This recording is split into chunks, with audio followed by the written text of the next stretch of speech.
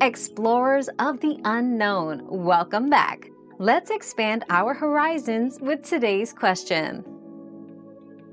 To track your ovulation cycle accurately, start by keeping a record of your menstrual cycle dates for 8 to 12 months, as ovulation typically occurs about 14 days before your period starts. Utilize ovulation predictor kits that detect hormone levels in urine, or consider a basal body temperature (BBT) chart to note slight rises in temperature upon ovulation. Additionally, observe changes in cervical mucus, which becomes clear and stretchy like egg whites when you're most fertile.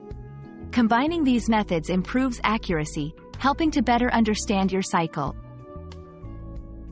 We've quenched today's curiosity, but there's always more to learn. Keep the curiosity alive by subscribing and joining us for our next adventure.